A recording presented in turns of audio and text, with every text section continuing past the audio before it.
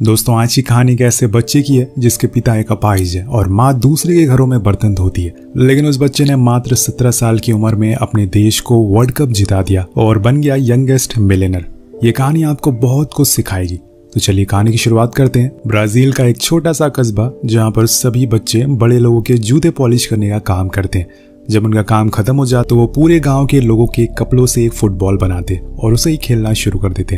ये नज़ारा सेम हमारे भारत देश जैसा ही है, जहां आपको हर गली में क्रिकेट खेलते हुए बच्चे मिल जाएंगे। और उन्हीं में से डेका नाम का लड़का भी होता है जिसका छोटा भाई खेलते खेलते कीचड़ में गिर जाता है तो सभी बच्चे उसका मजाक बनाते हैं, लेकिन वो कीचड़ सभी पर फेंकना शुरू कर देता है, जिसके बाद बाकी बच्चे भी उसी कीचड़ में खेलना शुरू कर देते हैं। अब घर आने पर डेका की माँ उसे ऐसी हालत में देखकर बहुत गुस्सा हो जाती है, तो वो उसे झूठ बोलता है कि डेविड गलती से कीचड़ में गिर गया। लेकिन तभी उसके छोटे भाई के मुंह से गलती से सच बाहर आ जाता है, जिसके बाद उन्हें खूब मार पड़ती है क्योंकि उसकी माँ नहीं चाहती थी कि उनके बेटे का हाल भी सेम वही हो जो उनके पिता का है। दरअसल इनके डैड जॉन भी नेशनल टीम में खेला करते थे, लेकिन गेम के टाइम उनके पैरों में चोट लग गई, जिसके बाद वो हमेशा के लिए अपाहिज हो गए और आज वो सफाई का काम करते हैं। अब कहानी आगे बढ़ती है और हम देखते हैं कि उसी शाम फुटबॉल वर्ल्ड कप का मैच होता है। पूरे गांव एक जगह इकट्ठा हो जाता है और रेडियो ऑन करके बैठ जाता है, लेकिन 90 मिनट बाद उन्हें पता चलता है कि उनकी टीम वर्ल्ड कप से बाहर हो गई है। दरअसल इस फुटबॉल मैच में ब्राजील बहुत ही बुरी तरह से हार चुकी थी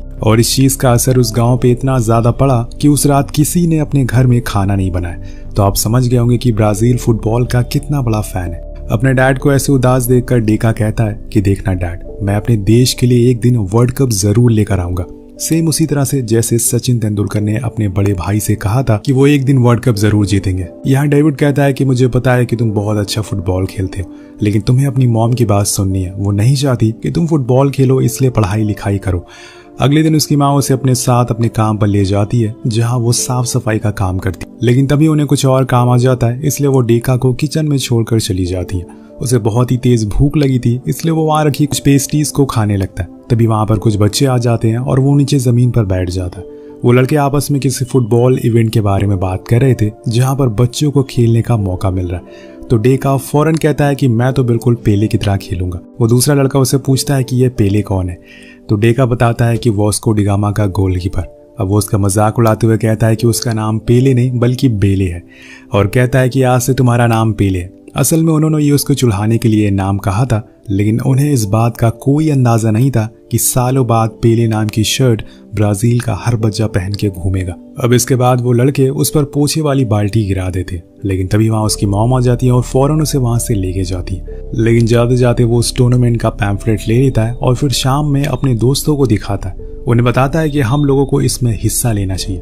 लेकिन डेको के सभी दोस्त उसे मना करते हैं क्योंकि अगर उसकी माँ को इस बारे में पता चला तो वो बहुत मारेंगी। लेकिन वो किसी को भी कुछ ना बताने को कहता है। फिर अगले दिन वो सभी बच्चे एक टीम बनाते हैं और प्रैक्टिस में लग जाते हैं। वो सभी बहुत प्रैक्टिस करते हैं और फाइनली मैच का दिन आ जाता है। अब डेको का एक दोस्त अपने घर की एक चादर को फाड़कर सभी के लिए टी शर्ट बनाता है ताकि वो सभी एक टीम जैसे लगे। अब वहाँ पर हम उन लड़कों को भी देखते हैं जिनके घर में डेको की माँ काम किया करती थी। इन सभी के पास जूते नहीं थे खेलने के लिए और ऐसे में फुटबॉल खेलना आसान नहीं होता, इसलिए डेको पास के खाने की फैक्ट्री से कुछ सामान चुरा लेता है और फिर उन्हें बेचकर अपनी टीम के लिए जूते ले आता है। लेकिन वो जूते किसी को भी फिट नहीं आते क्योंकि वो पुराने थे। खैर उन्हें वो पहनना ही पड़ता है। अब मैच शुरू हो जाता है और स्टाफ के लोग कहते हैं कि शूलेस टीम के कैप्टन का नाम है पेले। ये सुनकर डेको आग बबूला हो जाता है क्योंकि ये उन लड़कों की शरारत थी, उन्होंने उसका रियल नाम नहीं लिखवाया था। अब सभी खेलना शुरू करते हैं, लेकिन यहाँ शूलेस टीम कुछ खास प्रदर्शन नहीं करती। मैच के हाफ टाइम में किंग टीम ने 6 गोल मारे थे और शूलेस का सिर्फ एक ही गोल था और इसकी वजह थी इनके जूते, जो कि पहनकर इन्हें खेला नहीं जा रहा था क्योंकि उन्होंने हमेशा नंगे पैर ही खेला था। इसलिए अब सभी जूते उतार देते हैं और अपनी उसी फॉर्म में आ जाते हैं जैसे वो अपनी बस्ती में खेला करते थे। फिर होना क्या था दोस्तों, डेको एक के बाद एक गोल दागना शुरू कर देता है और सामने वाली टीम बस देखती रह जाती है। लोग पेले पेले कहकर चिल्लाना शुरू कर देते हैं, लेकिन वो डेको को चिढ़ा नहीं रहे थे बल्कि उसे चीयर्स कर रहे थे। वो सभी उसकी फुर्ती देखकर हैरान थे। उन्हें उनका असली नाम नहीं पता था। अब मैच खत्म हो जाता है, लेकिन किंग टीम जीत जाती है। पर दोस्तों यहाँ पर जितनी भी ऑडियंस थी, जितने भी लोग थे, उन सभी की जुबान पर पेले नाम था क्योंकि उसका प्रदर्शन देखकर सभी लोग बहुत प्रभावित थे। अब डेको को इस नाम से कोई दिक्कत भी नहीं थी। उसके डैड भी बहुत खुश थे क्योंकि वो भी वहीं मौजूद थे। लेकिन तभी डेको देखता है कि वो फैक्ट्री के लोग यहाँ आ गए जिनका सामान उन्हें चुराया था। इसलिए सभी भागना शुरू कर देते हैं और नदी पार करके गुफा में जाकर छुप जाते हैं। लेकिन इस समय तेज बारिश हो रही है और नदी का लेवल भी बढ़ गया। पर अगर वो बाहर निकले तो वो लोग इन्हें बहुत मारेंगे, इसलिए सभी छुपकर अंदर बैठे रहते हैं। लेकिन इतनी देर में वो गुफा ढह जाती है। फिर क्या, सभी के होश उड़ जाते हैं क्योंकि एक उनका साथी अंदर ही फंसा रह गया था। अब डेको बहुत कोशिश करता है कि वो उसे बाहर निकाले, लेकिन उसकी मौत हो जाती है और ये सदमे का असर उस पर बहुत ही ज्यादा गहरा होता है। डेको अपने दोस्त की मौत का जिम्मेदार खुद को मानने लगा था और जब इंसान ऐसी हालातों में फंसता है तो वो सबसे पहले अपनी माँ के पास जाता है और सब कुछ उनसे बता देता है। यहाँ डेको ने भी यही किया। वो रोते हुए उनके पास जाता है और सब कुछ उन्हें सच बता देता है। तो उसकी माँ उसे गले लगाते हुए कहती हैं कि बेटा, जिसको जाना होता है वो जाकर रहता है, फिर चाहे हम कितनी भी कोशिश क्यों ना कर ले। वो अपनी माँ से कहता है कि अब से मैं कोई फुटबॉल नहीं खेलूंगा, मैं बस पढ़ाई करूंगा और डैड के साथ काम पर जाऊंगा। इसलिए अगले दिन वो स्कूल जाने लगता है और जब घर आता है तो डैड के साथ वहाँ के होटल के टॉयलेट साफ करने में लग जाता है। लेकिन अभी भी उसके अंदर वो जुनून, वो जज्बा जिंदा था। लेकिन यहाँ हालातों ने उसके अंदर के पैशन को मार दिया था। आज भी हमारे देश में लाखों ऐसे लोग हैं जो सचिन और विराट से भी आगे निकल सकते हैं, लेकिन उनकी मजबूरी, उनकी जिम्मेदारियां ही उन्हें रोक कर रखती है। अब डेको के डैड को देख लो, एक समय पर वो ब्राजील के महान फुटबॉल में से थे, लेकिन आज वो टॉयलेट साफ कर रहे हैं। लेकिन उन्होंने अपने बेटे के अंदर खुद को पहचाना है, इसलिए वो उसे कहते हैं कि तुम्हें फुटबॉल नहीं छोड़ना चाहिए, तुम्हें और आगे जाना होगा। तब वहां से वो उसे एक आम के पेड़ को दिखाते हुए बताते हैं कि मैं जब तुम्हारी उम्र का था तो यहीं आकर इन आमों से प्रैक्टिस किया करता था, क्योंकि इसमें बैलेंस अच्छा बनता है। वो उसे भी ऐसा करने को कहते हैं, लेकिन डेको दिलचस्पी नहीं दिखाता और चला जाता है। पर एक दिन वो खुद के डैड को बेबस वॉशरूम में साफ सफाई करते हुए देखता है और ठान लेता है कि वो अपनी परिवार को गरीबी से बाहर निकाल कर रहेगा और इसके लिए उसे जितनी भी मेहनत करनी पड़े वो करेगा। अब इसके बाद क्या था, वो लग जाता है उन आमों की प्रैक्टिस में और एक दिन ऐसी एक प्रैक्टिस करते हुए उसे एक आदमी देख लेता है और अगले दिन वो उसके घर आता है। दरअसल दोस्तों, ये आदमी सैंटोस फुटबॉल क्लब का मैनेजर होता है। उसे ऐसे ही किसी टैलेंटेड बच्चे की जरूरत थी जो आगे जाकर देश के लिए खेल सके। यहाँ डेको बड़ा हो गया था, इसलिए उसके डैड हाँ कर देते हैं। वो अपनी माँ को बिना बताए उस फुटबॉल क्लब में चला जाता है, लेकिन वहां जाकर वो कुछ अच्छा खेल नहीं पाता और ये डेको को भी पता चल चुका था। इसलिए वो कुछ दिनों के बाद बिना किसी को बताए एक रात फुटबॉल क्लब से स्टेशन पर आ जाता है घर जाने के लिए, ट्रेन पकड़ने के लिए। लेकिन यहाँ उसे बैठा हुआ एक बूढ़ा आदमी देख लेता है जो कि सैंटोस क्लब का मेंबर होता है। वो डेको को जानता था, इसलिए वो उसे पूछता है कि कहाँ जा रहे हो। तो डेको कहता है कि मैं घर जा, क्योंकि अब मेरे बस की बात नहीं है फुटबॉल खेलने के लिए। अगर मैं घर नहीं गया तो वहां जाकर पढ़ाई नहीं करी तो मुझे भी अपने डैड की तरह टॉयलेट साफ करना पड़ेगा। लेकिन वो बूढ़ा आदमी उसे एक किस्सा बताता है कि जब हमारे ऊपर ब्रिटिशर्स ने अत्याचार किया था तब एक जिंगा नाम का मार्शल आर्ट आया था जिसने सभी को लड़ना सिखाया और बाद में उसे फुटबॉल खेलने का भी अवसर मिला। उसने ढेरों कामयाबी हासिल करी, लेकिन कुछ सालों पहले जब ब्राजील वर्ल्ड कप के ग्रुप स्टेज से बाहर हो गया तो ब्राजील टीम ने जिंगा स्टाइल से खेलना बंद कर दिया, इसलिए वो हारी। पर तुम्हारे अंदर मैंने वो जिंगा स्टाइल देखा है, पर तुम वो दिखाने से क्यों डर रहे हो? तुम जाओ और तुम्हारे अंदर की काबिलियत को पहचानो, उसे बाहर लाओ, अपने दिल से खेलो, देखना दुनिया तुम्हारी दीवानी हो जाएगी। या फिर तुम दूसरा काम कर सकते हो, अभी कुछ देर बाद रियो जाने वाली ट्रेन आएगी, उसमें बैठ जाना और घर चले जाना और अपने सपनों को ऐसे ही कहीं जमीन में दफना देना। अब थोड़ी देर में ट्रेन आ जाती है, लेकिन डेका उस पर चढ़ता नहीं, वो वापस आ जाता है। डेका दोबारा से जाकर गेम खेलता और इस बारी वो अपने पैरों से गोल दागता है, वो भी उड़ उड़ कर। ये देखकर उसका कोच हैरान था कि ऐसा कैसे कर दिया। वो उसे अब ऐसे ही खेलने को कहता है और डेका को अब यहाँ पर प्रो टीम में जगह मिल जाती है जहाँ उसकी उम्र से ज्यादा बड़े प्लेयर थे। उसे इस टीम में जगह मिली थी उसके टैलेंट की वजह से। अब डेका के दिमाग में बस एक ही गोल सेट था, वो था ब्राजील की नेशनल टीम में जगह बनाना और अपने देश के लिए वर्ल्ड कप जीत कर लाना।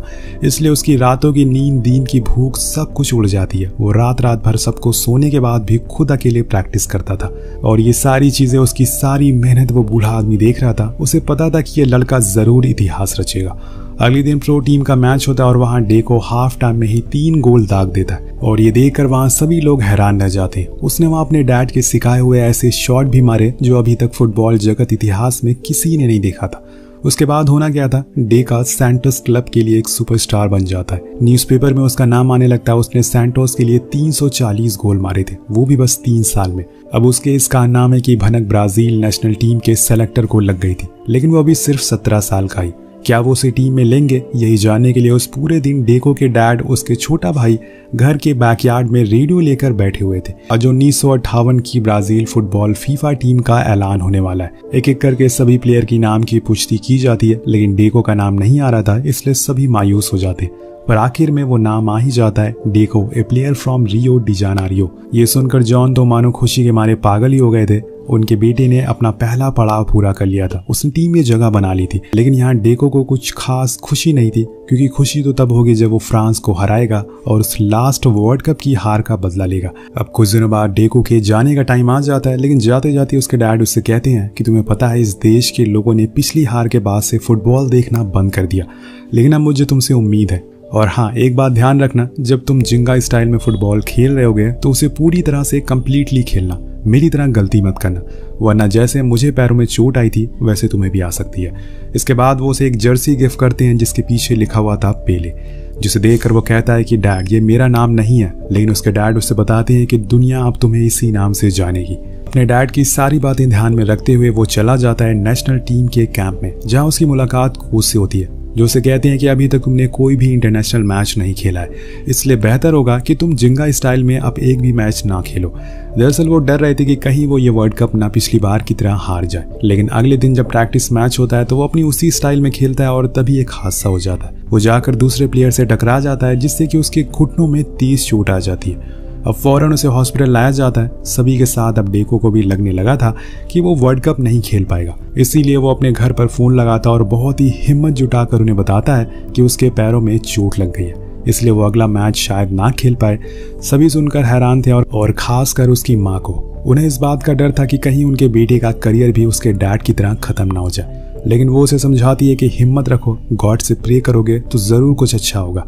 अगले दिन डॉक्टर कोच को बताते हैं कि डेको खेल सकता है, पर मीडिया में ये खबर फैलने लगती है कि ब्राजील टीम अपनी पिछली हार से कुछ सीख नहीं ले रही है, क्योंकि उनके प्लेयर्स अभी भी जिंगा स्टाइल में खेल रहे हैं, पर टीम में इस बारे में कुछ बात नहीं होती और डेको का कोच भी उसे कुछ नहीं कहता। अब दोस्तों, यहाँ पर वर्ल्ड कप का पहला मैच होता है। उधर ब्राजील में डेको के डैड ने अपने घर पर टीवी रख लिया था, जो उन्होंने स्पेशली लंदन से मंगवाया था, खासकर वर्ल्ड कप देखने के लिए।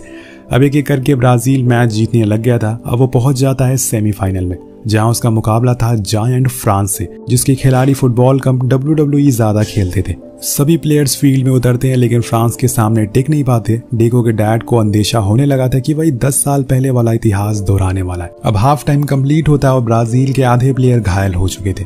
किसी के हाथ में चोट लगी थी, किसी के पैरों में। तब डेको अपने एक साथी जियोस के पास जाता है, उससे पूछता है कि क्या तुम्हें ज्यादा चोट आई है, तो वो मना करता है, पर कहता है कि मैं इस प्रेशर को झेल नहीं पा रहा हूँ, अगर हम हार गए तो क्या होगा। वो डेको से कहता है कि मुझे तुमसे बहुत उम्मीदें हैं, तुम पूरी टीम में सबसे अच्छा खेलते हो। अब दोस्तों, ये खिलाड़ी कोई और नहीं, वही लड़का था जिसने बचपन में उसे पेले नाम दिया था और बचपन में उसे बुली भी किया था, लेकिन आज वो उसके साथ खड़ा है। अब ये सारी बातें सुनकर डेको के अंदर एक जोश भर जाता है और फिर क्या था, वो मैदान में उतरता और बस ऐसा लग रहा था कि वो अकेले पूरी टीम से लड़ रहा है। पूरी फ्रांस की टीम डेको को रोकने में लगी थी, लेकिन यह काम मुश्किल होता जा रहा था। स्टेडियम में पेले पेले की गूंज सुनाई देने लगती है, जो इस बात का सबूत दे रही थी कि अब इतिहास बदलने वाला है। अब एक एक करके गोल लगने शुरू हो जाते हैं और डेको ने अकेले 4 गोल दाग दिए थे। जैसे ही टाइम शट हुआ, बोर्ड में लिखा हुआ आ गया कि Brazil into the 1958 world cup. Brazil France को हराकर फाइनल में पहुंच गया है। डेको को वो चमचमाती हुई सोने की ट्रॉफी उठाने का इंतजार था। कहानी आगे बढ़ती है और फाइनल का वो दिन आ जाता है। मैच शुरू होने से पहले कोच सभी को एक स्पीच देते हैं और उन्हें बताते हैं कि आज से पहले हम कभी भी फाइनल में नहीं गए और ना ही कभी हमने वर्ल्ड कप जीता, लेकिन आज तुम 11 के पास मौका है दुनिया को बता दो कि हम लोग भी किसी से कम नहीं है। भले ही हम मैच ना जीते, लेकिन आज हम उनकी आंखों में आंखें मिलाकर खेलेंगे। अब सभी खिलाड़ी पूरे जोश के साथ मैदान में उतरते हैं, लेकिन अगले 4 मिनट में ही स्वीडन टीम ने अपना पहला गोल दाग दिया था। ब्राजील की हालत खस्ता थी। इन्हें समझ आ जाता है कि स्वीडन को हराना बहुत ही मुश्किल है। उधर डेको के डैड सभी लोग टीवी के सामने बैठे हुए थे, लेकिन फिर पेले नाम का तूफान आता है, जिसमें पूरी स्वीडन की टीम ढहना शुरू हो जाती है। किसी को कुछ समझ ही नहीं आ रहा था कि असल में ये हो क्या रहा है। चंद ही पलों में पूरी टीम में सन्नाटा हो जाता और तभी पेले अपने मैच का आखिरी गोल मारता है, जिससे ब्राजील वर्ल्ड कप जीत जाती है। पेले पहली बार वर्ल्ड कप की ट्रॉफी उठा और पूरे ब्राजील में खुशी का माहौल था। ये नज़ारा देखकर डेको के डैड रोने लगते हैं और उसकी माँ आकर उन्हें गले से लगा लेती है। दोनों को ही अपने बेटे पर गर्व था और ये मैच सिर्फ पेले की वजह से जाना जाता है। लेकिन यहाँ पर डेको रुका नहीं, यानी कि पेले उसने 2 वर्ल्ड कप और जीते और पहला खिलाड़ी बन गया जिन्होंने फुटबॉल के इतिहास में 3 बार वर्ल्ड कप जीता। पेले के नाम उनके करियर में तकरीबन 1200 से अधिक गोल है, जो कि एक वर्ल्ड रिकॉर्ड है। उन्होंने कई ऐसे रिकॉर्ड बनाए हैं जो अभी तक कोई भी तोड़ नहीं पाया, पर एक रिकॉर्ड ऐसा भी है जिसे वो खुद कभी तोड़ नहीं पाए। वो था एक मैच में 5 गोल मारना और ये रिकॉर्ड था उनके डैड के नाम। इसके बाद उन्हें कई फ्रेंचाइजी लीग भी खेलने का मौका मिला और उस समय उन्हें $2 मिलियन में साइन किया गया, जो बहुत ही ज्यादा पैसे होते हैं। उन पैसों से उसने अपने मॉम डैड के लिए घर लिया और इसी तरह से उसने गरीबी से निकलकर आसमान को छू लिया। दोस्तों, अगर आपको आगे बढ़ना है तो आपके अंदर उस चीज को लेकर जुनून होना चाहिए, जज्बा होना चाहिए। सिर्फ बातों से कोई सफल नहीं होता है। और अगर आप में टैलेंट है तो आपको आगे बढ़ने से कोई रोक भी नहीं सकता। जैसे कि आमिर खान ने कहा है कि टैलेंटेड लोग पानी के बुलबुलों जैसे होते हैं, उन्हें जितना भी दबाओ वो उभर कर सामने आ ही जाते हैं। तो आपको कहानी कैसे लगी नीचे कमेंट करके जरूर बताएगा। मिलते हैं अगली वीडियो में। Peace out.